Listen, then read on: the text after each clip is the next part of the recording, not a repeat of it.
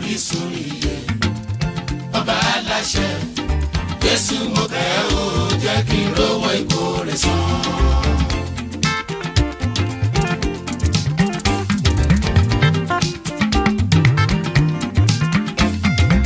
Orísun ìyè ọba aláṣẹ Jésù mo bẹ̀ ọ́ jẹ́ kí n rówó ìkórè san.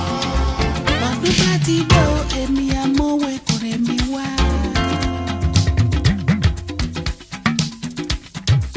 Ọdún bá ti dé o, èmi àmọ́wọ́ ìkórè mi wá fún ọ. Ìwọ lórísun ìyè tí ń fúnni láyọ̀. Orísun ìyè tí ń fúnni láyọ̀. Ọ̀pọ̀ ló ṣọdún tó kọjá, mo sì láyé mọ́ lónìí.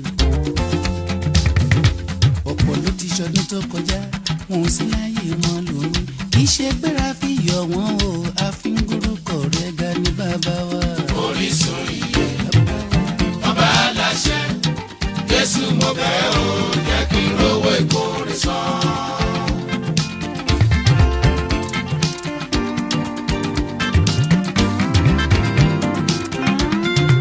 Orísun ìyè ọba aláṣẹ Jésù mo bẹ̀ ọ́ jẹ́ kí n rówó ìkórè san.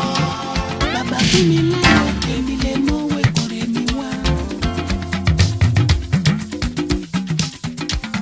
Bàbá fún mi láyọ̀, èmi lè mọ́wọ́ ìkórè mi wá fún ọ. Ìwọ lórísun ìyè tí fúnni láyọ̀. Orísun ìyè tí fúnni láyọ̀.